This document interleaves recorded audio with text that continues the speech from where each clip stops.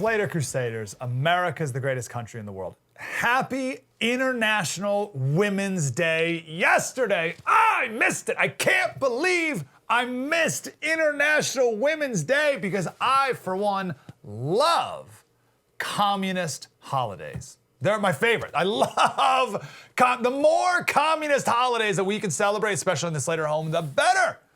And International Women's Day being one of my absolute favorite communist holidays. So glad that we can celebrate it here in America, and I'm so sorry I missed it.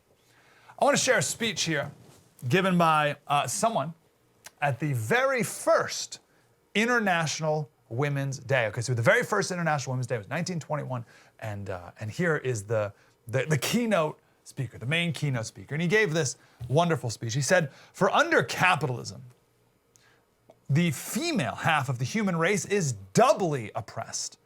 The working women and the peasant women are oppressed by capital, but over and above that, they remain in household bondage.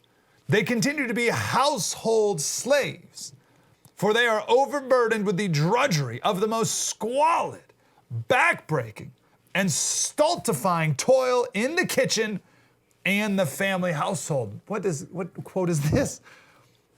He goes on, "The second and most important step is the abolition of the private ownership of land in the factories. This and this alone opens up the way towards a complete and actual emancipation of women, her liberation from household bondage through transition from petty individual housekeeping to large-scale socialized domestic services." First, that's the very first speech at International Women's Day. That was by a one Vladimir Lenin. There's the happy camper right there, staring you down. 1921 at the very first International Women's Day. Yes, he's talking about the emancipation of women from the home, from the drudgery, from the toil, from the backbreaking, squalid life of double drudgery. Not only a victim of capitalism, but a victim of being stuck in the home. So we need to emancipate women, said Lenin and the communists. We need to emancipate women from the home where she is merely a slave and put her in the corporate world. Oh, what an unbelievable lie. I can't believe people ever fell for this. It's unbelievable. You gotta stop working for the husband, stop working for her man, and get working for the man. Stop being a slave to the husband and start being a slave to your boss. True liberation. We got to get you out of the home. Women, we got to get you out of the home and get you in the factory. get you in your own cubicle. Get you away from the drudgery and the slavery and the toil of the home and put you right in a cubicle. Get me that sales report by 9 a.m., toots. Liberation for women. The original name for International Women's Day was International Working Women's Day. It was just after Russia became the first country in the world to legalize abortion, which is necessary, of course, because you can't have women working in factories all pregnant and moody, right? What a burden that is, right? Women all tired and, you know. So women we got to have abortion. We got to legalize abortion. That's what the Soviets did. That's what the Russians did. That's what the communists did. They legalized abortion because women need to be more like men, barren. Women can't be staying at home, serving and loving their family. That's selfish.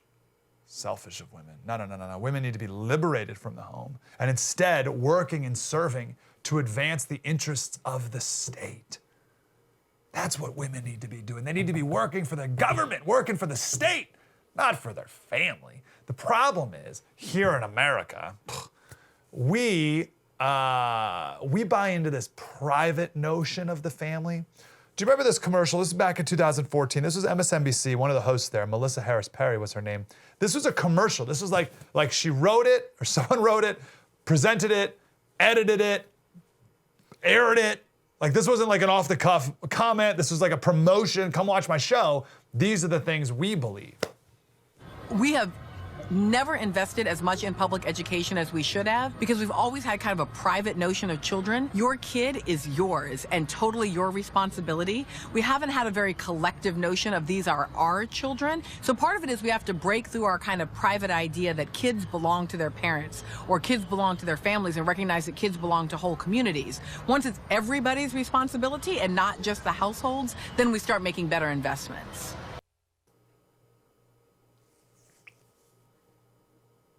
Lenin said the exact same thing in that speech from 1921.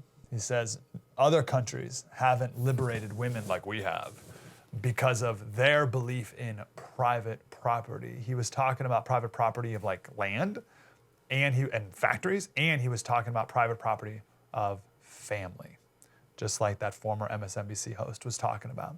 We still have this private notion of the family and your children. So that was 104 years ago.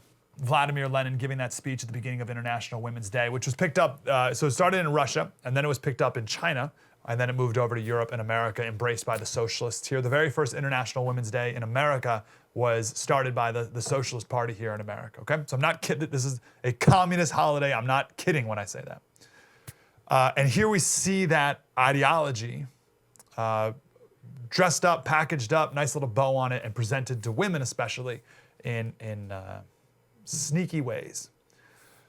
This is a article from this. There's an online website, group of websites called Bustle. They call themselves the fastest growing publisher in modern media. And they have a website called Romper. Whatever. And what did you have? Romper, yeah. And it's a parenting website. It's like they call themselves like the top millennial parenting website or something like that. And they sprinkle in their Marxist propaganda with stories about fun things to do with your kids for St. Patrick's Day, and when should you throw away the bottle and give your kids a sippy cup, and then here, this Marxist communist, send your kids off to the communist commune when they're babies. This, simple things like that. So there it is. Daycare makes the world more tender. And here, the subheadline that they choose: silence the voice inside your head. Okay, that's called your conscience, by the way. Silence your conscience. That has what? That has internalized the patriarchal belief. Okay, what's the patriarchal belief? That children are best loved at home, exclusively by their mothers.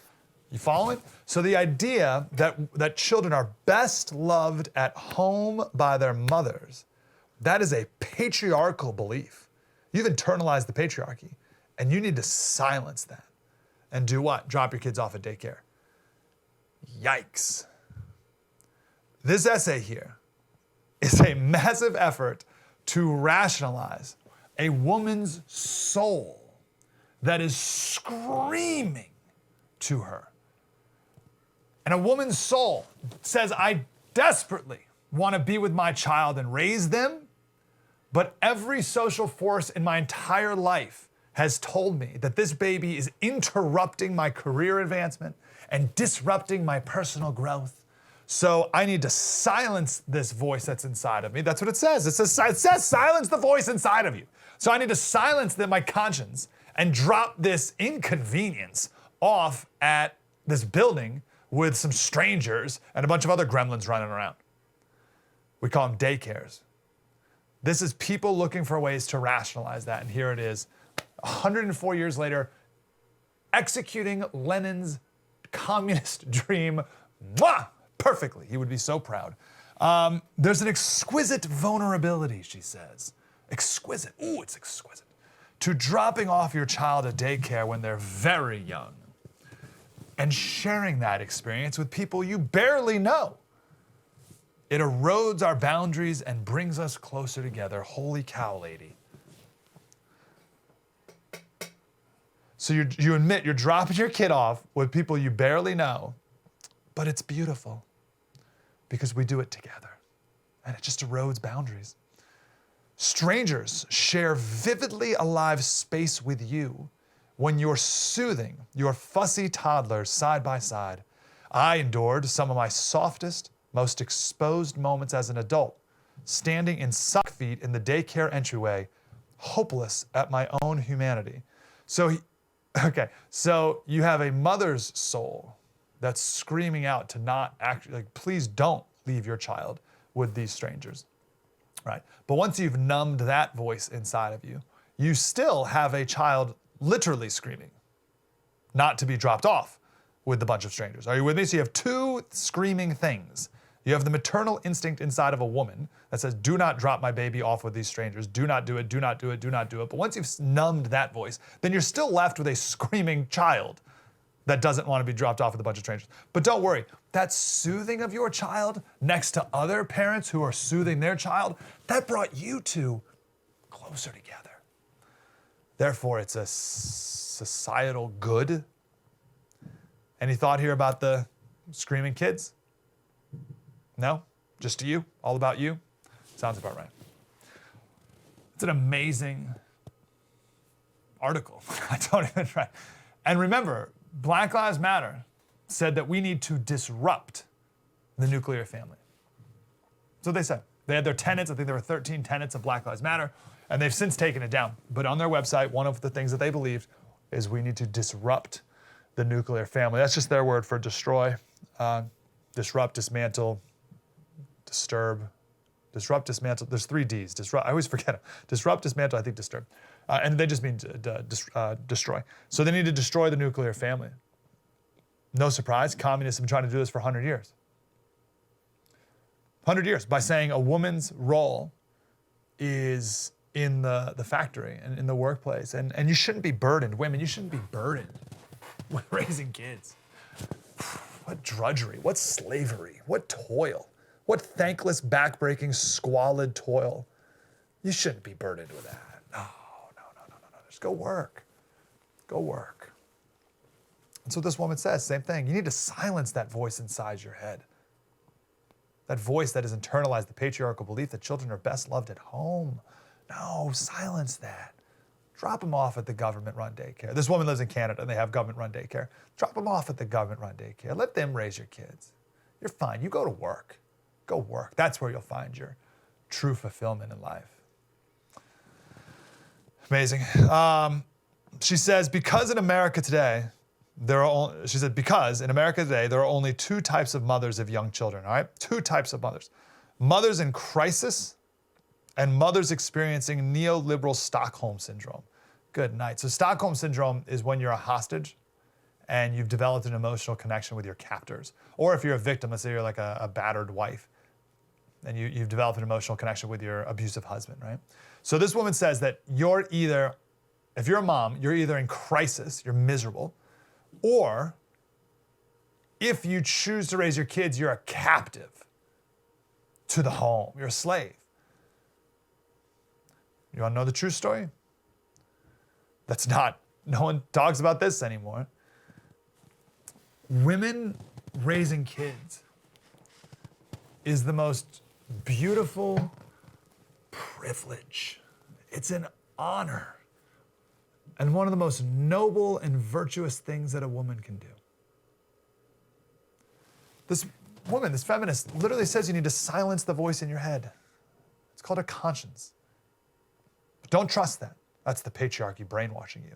No, give your kids over to the state. Let them raise your kids. It's good for you.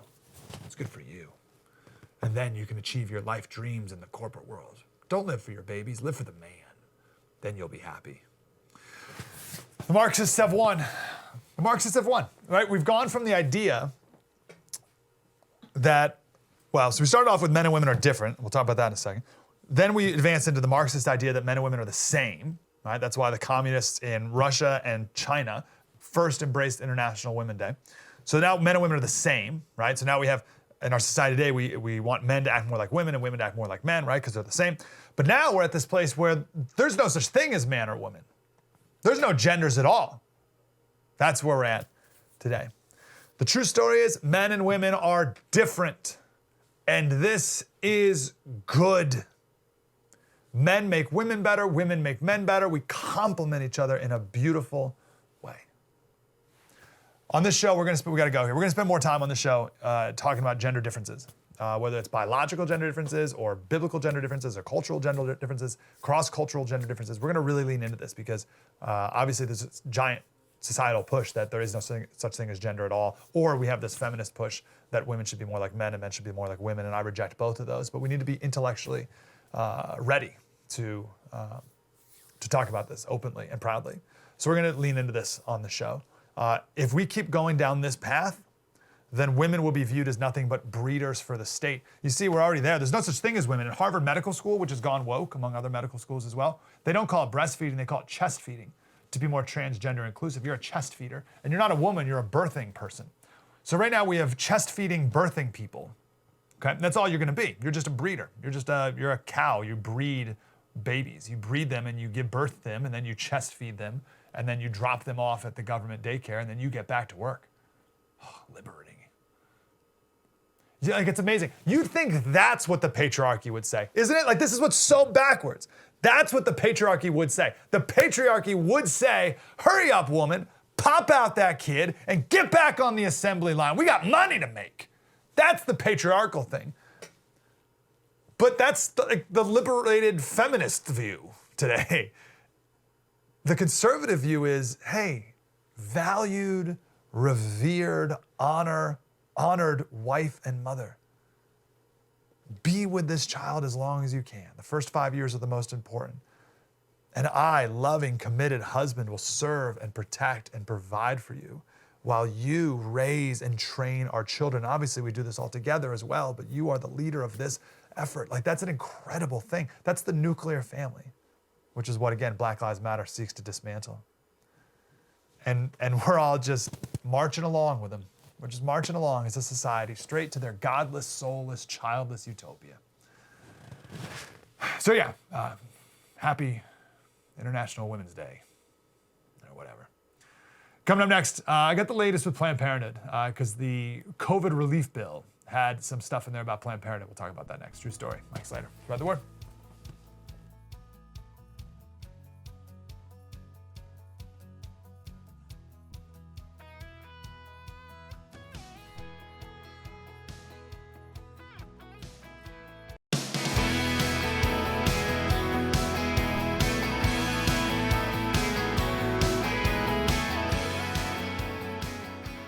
Hey, Slater Crusaders. So we've talked before about how the COVID relief bill has very little COVID relief. And one of the aspects of the COVID relief bill is the Hyde Amendment. So the Hyde Amendment, you may have heard about this thing before. It's from like the 70s, and it keeps bouncing back and forth. And we have the Hyde Amendment and don't have the Hyde Amendment, and then we have it and we don't have it. Right? And I don't even know, like, I forget, like, which the Hyde Amendment, like, is the Hyde Amendment, it does the thing or doesn't do the thing? I forget where we even are in the whole thing. But the point is, they did something with the Hyde Amendment, and now we allow federal taxpayer funding for abortion. That's the end result of this. In the COVID relief bill, I think they repealed the Hyde Amendment, which means we now have federal funding for abortion, and it ends up funding something like, and it's hard to tell exactly, but it's something like 100,000 abortions a year are now funded by taxpayers. I've heard as low as 60,000, I've heard higher than 100,000, so it's somewhere around there. So that's COVID relief. Hooray for COVID relief. This is a letter from a group called Pro-Life Evangelicals for Biden, okay, who are very disappointed in the president for being pro-abortion. Again, Pro-Life Evangelicals for Biden, and they're upset at the president for being pro-abortion, which, what did you expect? One of the lines is, right in the middle, you see it highlighted, "We feel used and betrayed and have no intention of simply watching these kinds of efforts happen from the sidelines. Many evangelicals and Catholics took risks to support Biden publicly. President Biden and Democrats need to honor their courage." And the whole thing ends with, "If these are not done," meaning stop supporting abortion, "then it will raise questions of whether or not we are still welcome in the Democratic Party." Listen, guys. Listen, pro-life evangelicals for Biden. You publicly ran against, I think almost certainly, the most unapologetically pro-life president in history. with Donald Trump, all right? Most unapologetically pro-life president ever. You ran against him, okay? You call yourself pro-life evangelicals. You ran against the most pro-life president ever, and you supported publicly the most rabid pro-abortion president in history, with Joe Biden and especially Kamala Harris. And you're surprised? What did you think was going to happen? You get exactly what you deserve. The problem is, there's babies who are gonna die because of you. You thought Biden would come to the table? That's what it says in here. You thought Biden was gonna come to the table on abortion? Come on. You thought the Catholic would be against abortion? Everyone who supported and voted for Biden, don't yell at me for this is true. At least every Christian, every evangelical, not even Christian, but evangelical, and Catholic too, who supported and voted for Biden needs to come to terms with the Democrats' position on abortion and your role in it. And you need to balance that out with the fact that you hated Trump because he sent mean tweets. Okay? Trump sent mean, it was so mean. He was so unpresidential. Okay, you got your president. You got your presidential president. Okay? You happy? Oh, but Trump was so mean and he hurt our standing in the international community. Whatever that means. All right? That's on you. Okay? You, as an evangelical pro-life person, you said, okay, well, on the one hand, yes, this Biden guy supports the murder of millions of babies a year. Okay, that's bad, but Trump is so mean on Twitter. I just can't vote for such a meanie head. All right, I'm gonna go with the abortionist.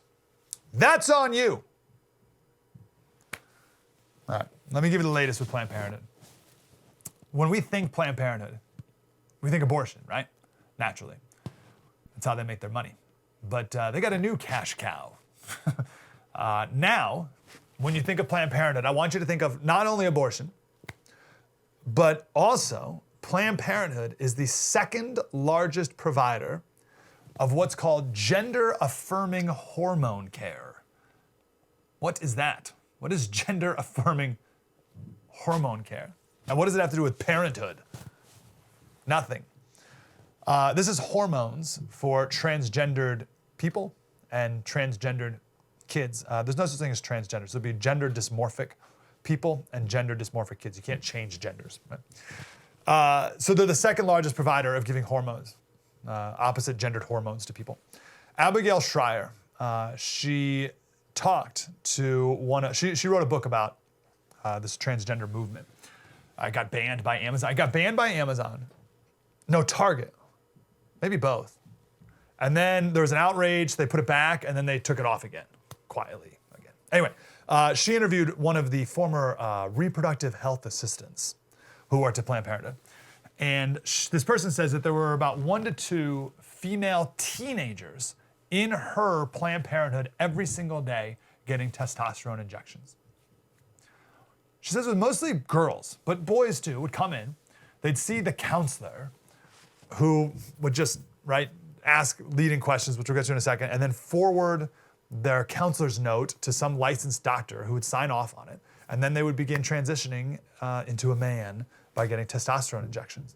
And then all their problems would magically disappear, they thought.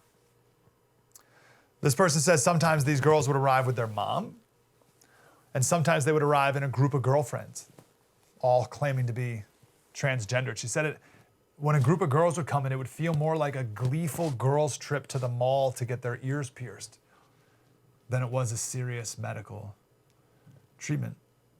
And the counseling wasn't, the questions were all super closed-ended and leading, right? Like, oh, what age did you realize you were a boy? Right? What do you want out of your transition? Do you want top surgery? Do you want bottom surgery? And on and on. Never taking into account their their histories, right? But this employee says these girls, they all were suffering from deep emotional pain.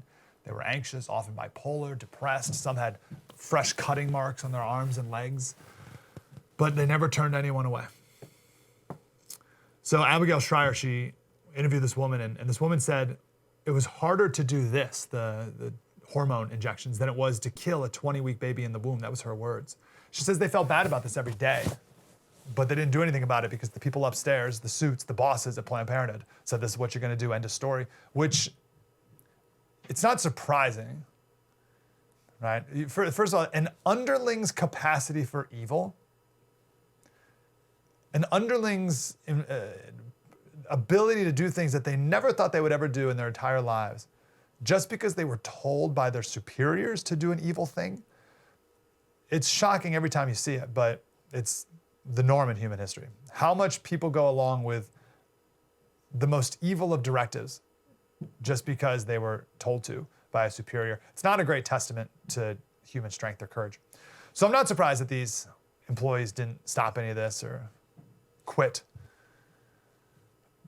But also, we shouldn't be surprised by the leaders of Planned Parenthood who, of course would do this, right? I mean, there's lots of money to be made because you got repeat customers. Abortions is one and done.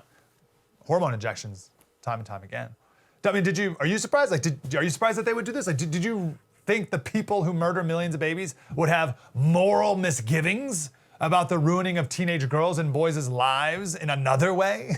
Right? Do you see anyone at Planned Parenthood being like, whoa, guys, this is a little too far? So when you think of Planned Parenthood, which by the way, again, you're funding now because of the COVID relief bill, which is great. When you think of Planned Parenthood, don't just think abortion. Also know that they are the second largest provider of giving hormones to confused children, which could potentially / probably ruin their lives. So thanks for nothing, pro-life evangelicals for Biden. Coming up next, we'll give you the latest on the George Floyd case, which is going to be a terrible time for this country. But the jury selection sort of started yesterday. It kicks off on March 29th, so we'll get the latest on that coming up next. True story. Mike Slater, spread the word.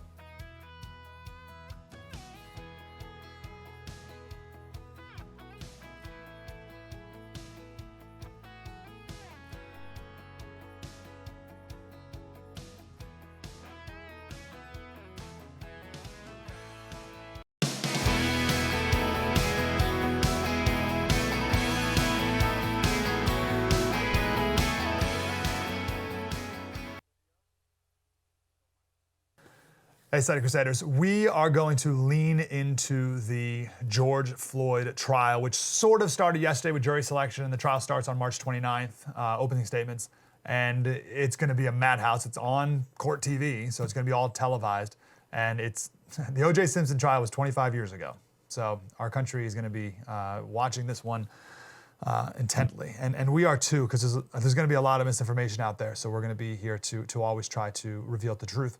Where I stand on the trial right now is, if we lived in a purely objective world where you only look at the objective facts and you look at the medical report and you look at the toxicology report and you see the medical report says there was no damage to his neck and no obstruction of his airways, and you look at the toxicology report that said he had 3 times the potentially lethal dose of fentanyl in his system and meth in his system, and the medical examiner saying that he died before the neck was even, or the beginnings of him dying were started even before the knee was on his neck, and his lungs weighed 2 to 3 times the normal person's lungs because of pulmonary edema, which is a fluid in the lungs because of an overdose of fentanyl, right? When you look at the evidence, and with a second-degree murder charge, there's no way they could charge Derek Chauvin with second-degree murder.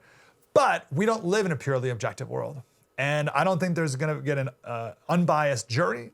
And with the threat of violence, with activists, and as you saw earlier, the entire city on lockdown already, I don't know if a jury would acquit Derek Chauvin.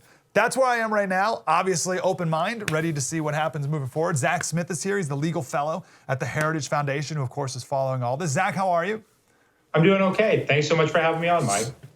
Yeah, my pleasure. So that's my preliminary take right now. What would you add or subtract to that? So I push back a little bit against some of the things that you said. There are three charges at issue in this case right now. There's the second-degree murder charge you mentioned. There's a second-degree manslaughter charge. And then the really controversial charge in this case is a third-degree depraved indifference murder charge. And that's the one that a lot of legal wrangling is happening over right now, whether or not that's an appropriate charge. The judge originally dismissed it back in October. An appellate court recently reversed him, said he needed to revisit that decision. And so far, he's kind of holding off on deciding whether or not he will reinstate that charge. But going back to your point about the second-degree murder charge, Mike, really what that second-degree murder charge is about is basically it would have to be that that the officer in this case didn't necessarily intend to cause the death of George Floyd, but that he caused George Floyd's death during the commission of another felony. And so in this case, the other felony would have to be criminal assault. And so I think the prosecution will have issues determining whether or not they can prove that Officer Chauvin in this case, in fact, committed criminal assault. Police officers are entitled to use reasonable force to restrain someone, reasonable force whenever someone is either actively or passively resisting arrest. And so a lot will determine whether the prosecution can show that at some point Officer Chauvin's conduct transformed from what he was allowed to do into impermissible criminal assault. Yes, very interesting. And I want to ask you again the definition of second and third degree murder, because I want to make sure our listeners, viewers, and me firmly understand what the legal definition is, because people throw these words around and I think most people pretend they understand what it is and don't really. But before we do that, I was going to ask a question on Chauvin. That's going to be hard for the prosecution to suggest that he was committing criminal assault when he was doing a technique that they're trained to do, and that's the neck submission, right? Right. And not only that, they have to prove that he had the appropriate mental state when committing the criminal assault. Look, I don't think anyone really is defending Officer Chauvin's actions here. Clearly, he kept the pressure on the neck far longer than was necessary, far longer than was acceptable. And so the real question is whether that the prosecution can prove the manslaughter charge, which seems like the best fit in this case, or whether they can prove the second or even the third degree murder charge, which based on what we know right now, seems like a little bit more of a stretch. Okay, so let's go back again. So what exactly is second degree murder? So each state's definition is going to be a little bit different. It's a creature of state law. So in this case, we have to look at what Minnesota state law requires. But as I understand it, in Minnesota, for a second degree murder charge in this situation to apply, it would have to essentially be that the prosecution doesn't have to show that the officer necessarily intended to cause George Floyd's death, but they would have to show that he caused the death during the commission of another felony. And so again, in this case, the other felony, I think, would have to necessarily be criminal assault. And so again, they would have to. What's the definition? What's the definition of criminal assault? Again, it's going to vary a little bit from state to state. But broadly speaking, it's going to be that he intended to unjustifiably cause bodily harm to another individual, in this case, George Floyd. And so, again, you get into these complex issues of what did the officer have the appropriate state of mind? If so, at what point did he have that state of mind?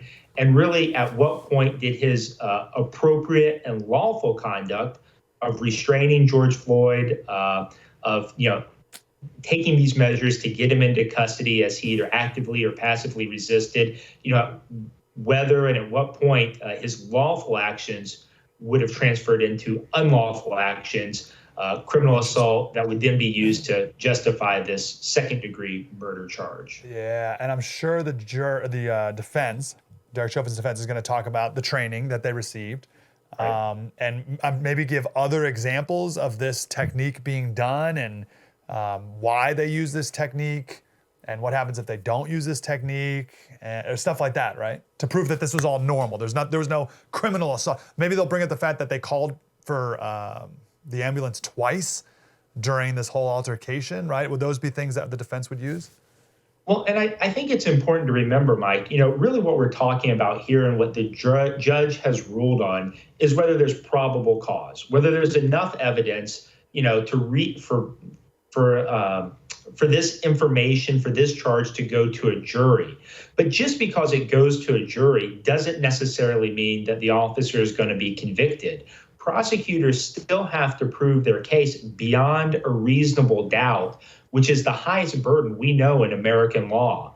And so again, even though this second-degree murder charge is going to the jury right now, it's far from a slam dunk case that prosecutors will be able to prove that charge beyond a reasonable doubt. And in fact, I think in a lot of ways, they really have an uphill battle in proving that charge. How many jury members do they have, and how many would need to say he's guilty in order for him to go to jail? Well, again, that varies from state to state. Typically, it's going to be a 12-member jury, and in criminal cases, it does have to be a unanimous jury verdict. Wow. So every single person there has to say he was committing a criminal assault. So he went beyond his normal duties and protocol as a police officer, created criminal assault, murdered him in the process, therefore he's guilty of second-degree murder. Every single jury member has to say that? Right. It would have to be a unanimous jury decision. And look, I think one of the big problems that we're seeing in this case is picking a jury in this case is going to be extremely difficult. The court set aside approximately 3 weeks for that process to play out. We've seen it's getting delayed and pushed back right now. There's been so much press on this case. There are so many very impassioned feelings on both sides of this case that really, picking a fair and impartial jury is going to be a difficult task. And, the court, the lawyers on both sides certainly have their work cut out for them. Zach, we have a ton more to talk about. I hope we can talk frequently. Just real quick, because we got to run, but who has the upper hand, if you will? That's not the right way to ask that, but who has the upper hand in the selection of jury members?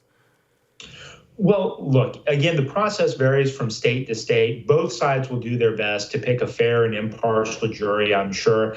But it's important to remember at the end of the day, the government, the prosecution bears the ultimate burden. The defense has to prove nothing in this case. They're guilty, they're innocent until proven guilty. And so again, any charges that the officer Chauvin would be convicted of, the state has to prove beyond a reasonable doubt, which is the highest burden we know in American law. Yeah. Zach Smith, Heritage Foundation. Thanks, Zach. I know we'll talk a lot. Thank you. Great. Thanks so much for having me. Yeah, have a great day. Again, I think I stand by that. I think in an objective world, the officer would be not guilty, he'd be acquitted.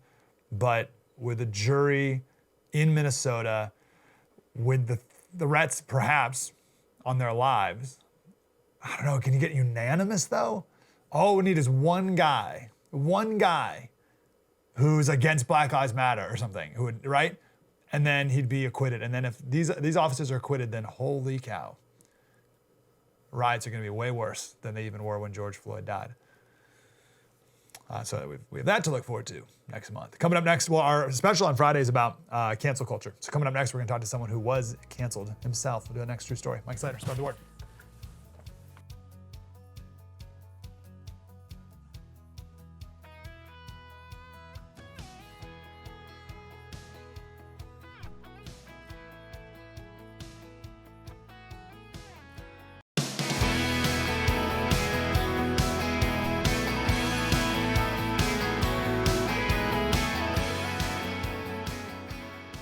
Hey, Slater Crusaders. The state of journalism in America today is not well, right?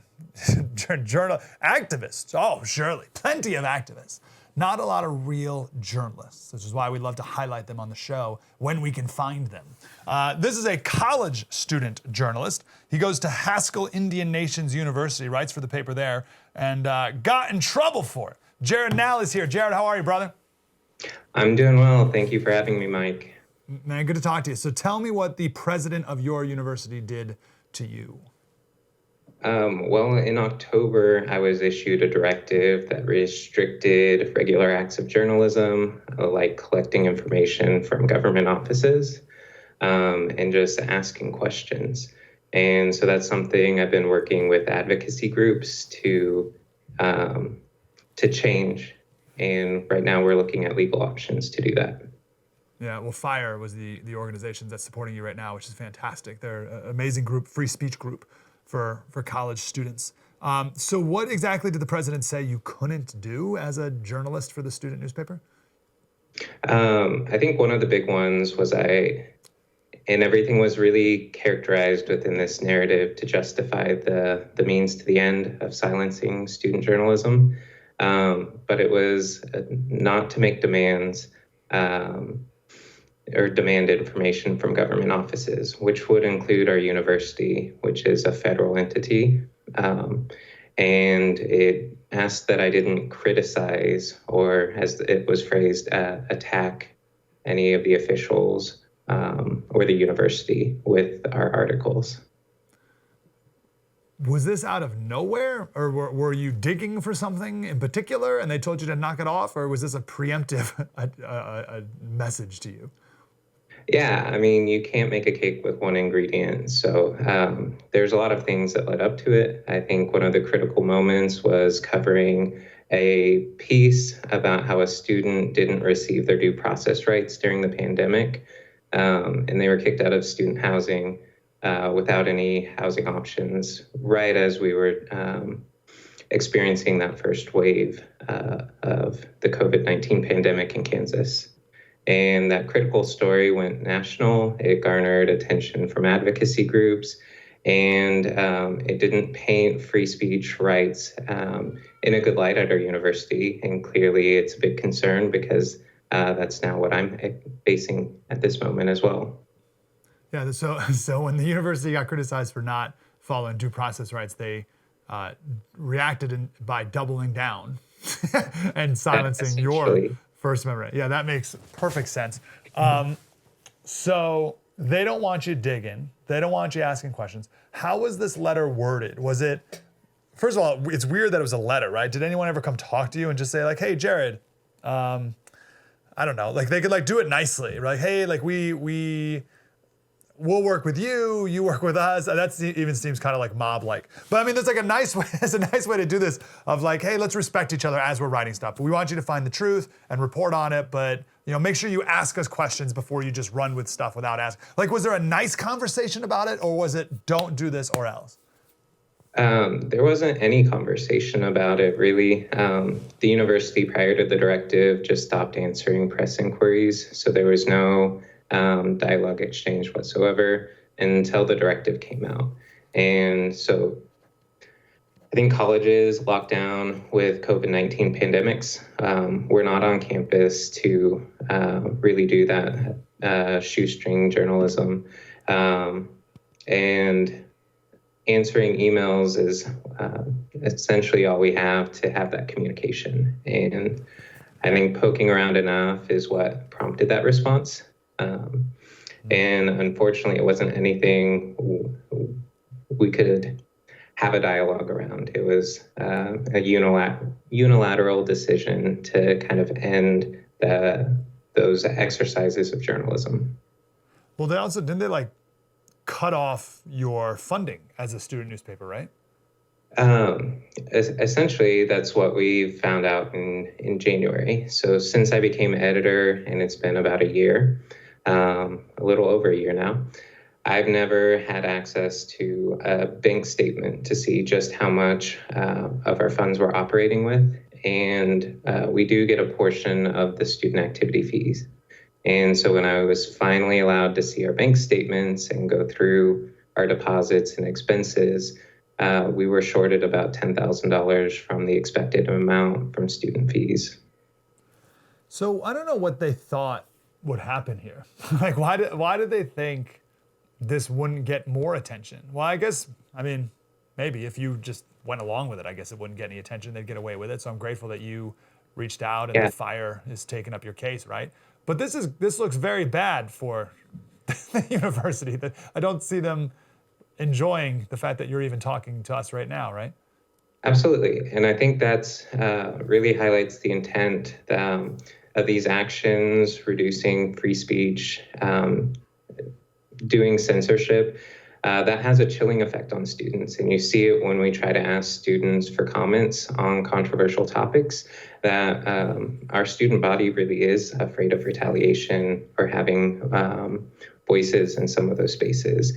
And I think the university's been so used to that chilling effect working on students, that pushing back and pushing for free speech rights and freedom of expression is a challenge that they weren't expecting.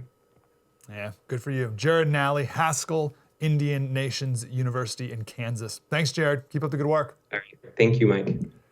Keep being a journalist. It's a rare breed, not many of you. What a great lesson on pushing back, because these people, these woke people who are doing this stuff, they don't think anyone ever pushes back, because most of the time people don't. And they just get away with it. They get away with it and they get away with it. But it takes good people like Jared and you to push back on this and call them out. And then the rest of us to support them in that process. It's the only way it's going to stop. It's the only, same thing with lockdowns. The only way the lockdowns are going to end is if people push back. And same thing with this woke nonsense and the cancel culture. The only way it's going to stop is if people push back and say enough already. All right, that's our show today. We'll do it again tomorrow. True story. Mike Slater, spread the word.